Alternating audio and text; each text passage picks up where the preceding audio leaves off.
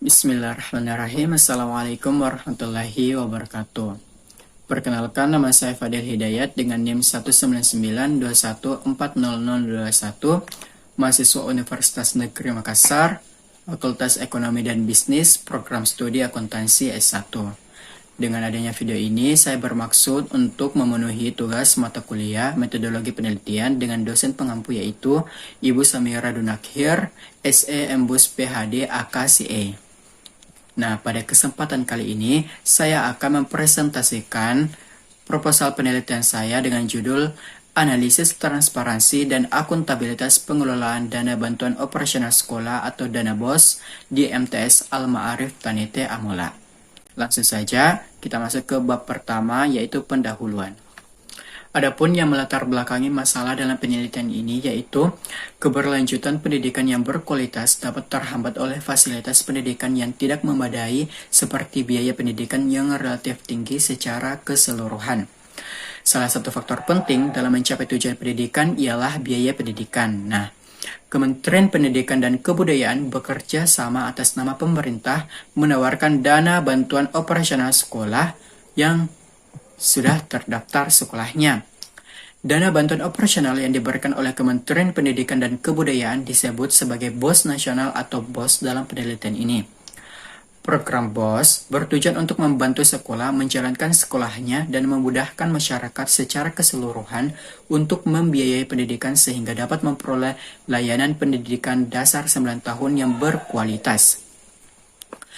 Kebijakan baru pengelolaan bantuan operasional sekolah juga dikeluarkan oleh Kementerian Pendidikan dan Kebudayaan atau Kemendikbud dalam Permendikbud nomor 8 tahun 2017.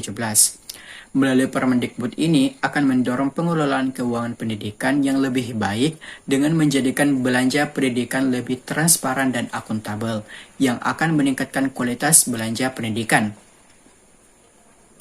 Sekolah yang menganut transparansi dan akuntabilitas pengelolaan keuangan dianggap dapat dipercaya oleh masyarakat. Sebaliknya, sekolah kehilangan kepercayaan masyarakat jika gagal menerapkan akuntabilitas dan transparansi dalam pengelolaan keuangannya.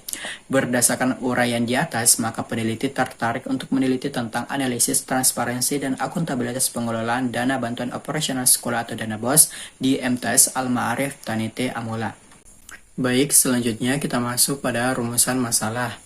Adapun rumusan masalah dalam penelitian ini yang pertama itu bagaimana penerapan transparansi pengelolaan dana bantuan operasional sekolah di MTS Al-Ma'arif Tanite Amula Kabupaten Polewali Mandar, dan yang kedua yaitu bagaimana penerapan akuntabilitas pengelolaan dana bantuan operasional sekolah di MTS Al-Ma'arif Tanite Amula Kabupaten Polewali Mandar.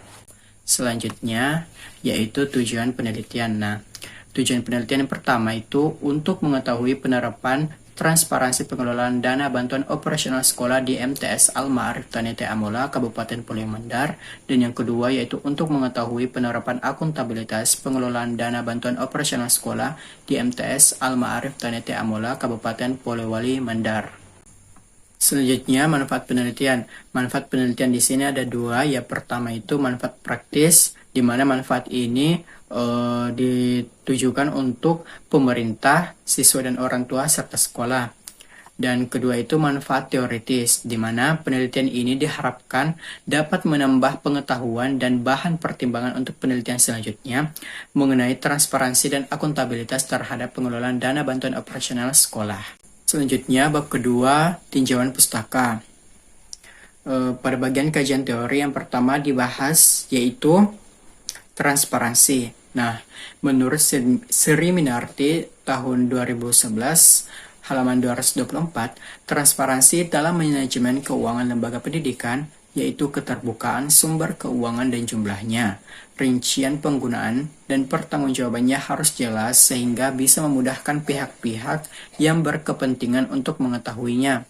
Adapun indikator tercapainya transparansi yaitu setiap madrasah wajib menerbitkan dokumen transparansi informasi yang komprehensif sesuai dengan petunjuk teknis pengelolaan bantuan operasional sekolah tahun 2021, menerapkan kebijakan transparansi dan anti korupsi sebagai bentuk tanggung jawab dan pengelolaan penggunaan dana BOS. Selanjutnya akuntabilitas. Nah, menurut Joko Roamidjojo tahun 2000, akuntabilitas yaitu kewajiban dari individu atau pejabat pemerintah yang dipercaya untuk mengelola sumber-sumber daya publik yang bersangkutan dengannya agar dapat menjawab berbagai hal yang menyangkut pertanggungjawabannya. Adapun indikator tercapainya akuntabilitas yaitu diantaranya wajib ada pembukuan yang berisi rancangan kegiatan dan anggaran madrasah RKM, buku kas umum yang bersumber dari dana BOS atau formulir BOS K2, buku pembantu pajak atau formulir BOS K3, opname kas dan berita acara pemeriksaan kas setiap kali menjelang penutupan BKU, bukti pengeluaran. Dan yang kedua, yaitu pelaporan. Nah, ada 3 jenis pelaporan dalam hal ini yaitu laporan pertanggungjawaban dana BOS atau formulir BOS 08, pencatatan pelayanan dan penanganan pengaduan masyarakat, dan laporan aset. Selanjutnya yaitu kita masuk pada definisi bantuan operasional sekolah atau dana BOS.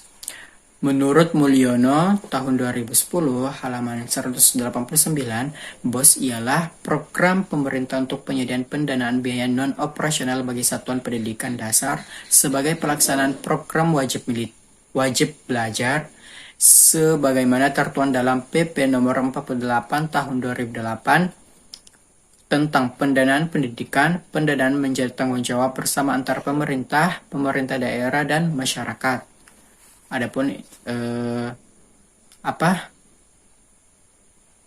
Adapun menurut petunjuk teknis penggunaan dana BOS yang diterima oleh sekolah dapat digunakan untuk membiayai komponen kegiatan-kegiatan berikut. Yang pertama itu kegiatan pembelajaran, yang kedua kegiatan ekstrakurikuler, yang ketiga kegiatan evaluasi pembelajaran dan ekstrakurikuler, yang keempat kegiatan pengembangan potensi siswa, yang kelima pengembangan keprofesian guru dan tenaga kependidikan, serta pengembangan manajemen sekolah, yang keenam pembayaran honor rutin, yang ketujuh pemeliharaan sarana dan prasarana madrasah, yang kedelapan pengembangan perpustakaan, yang kesembilan kegiatan penerimaan peserta didik baru, yang kesepuluh masa ta'aruf siswa madrasah, yang ke-11 pengelolaan madrasah, yang ke-12 langganan daya dan jasa, yang ke-13 pembelian atau perawatan alat multimedia pembelajaran termasuk penunjang UNBK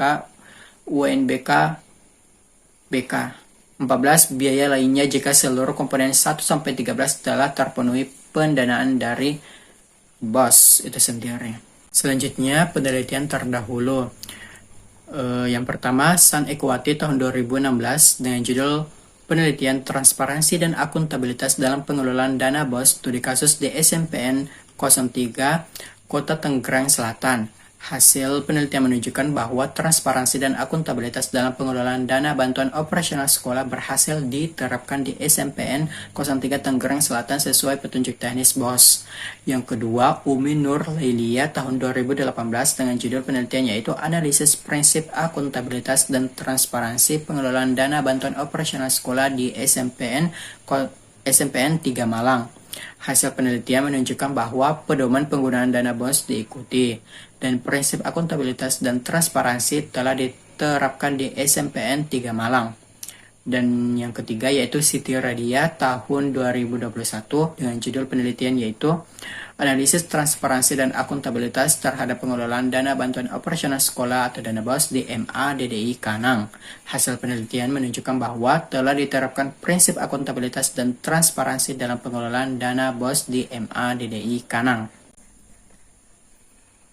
Selanjutnya kita masuk pada bab ketiga yaitu metodologi penelitian. Yang pertama dibahas itu variabel dan desain penelitian. Nah, variabel bebas dalam penelitian ini yaitu transparansi sebagai variabel X1 dan akuntabilitas sebagai variabel X2 serta pengelolaan dana bantuan operasional sekolah di MTS Al-Ma'arif Taniti Amula itu sebagai variabel terikat atau variabel Y. Nah, sedangkan untuk desain penelitian dapat dilihat sebagai gambar di samping. Selanjutnya yaitu populasi dan sampel. Nah, populasi dalam penelitian ini adalah sekolah MTS Al-Ma'arif Taniti Amula Kabupaten Polewali Mandar. Sedangkan sampel dalam hal ini Pengambilan sampel dalam penelitian ini adalah dengan menggunakan teknik purposive sampling yang merupakan penentuan sampel berdasarkan kriteria tertentu sesuai yang dikehendaki peneliti. Adapun sampel dalam penelitian ini yaitu laporan administrasi madrasah. Selanjutnya, teknik pengumpulan dan analisis data.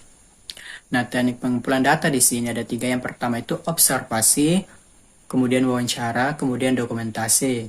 Dan untuk teknik analisis data juga ada 3. Yang pertama itu reduksi data, penyajian data, dan penarikan kesimpulan. Baik, demikian apa yang saya bisa jelaskan. Lebih dan kurangnya mohon dimaafkan. Minallahi musta'an wal ikhlas. Wassalamualaikum warahmatullahi wabarakatuh.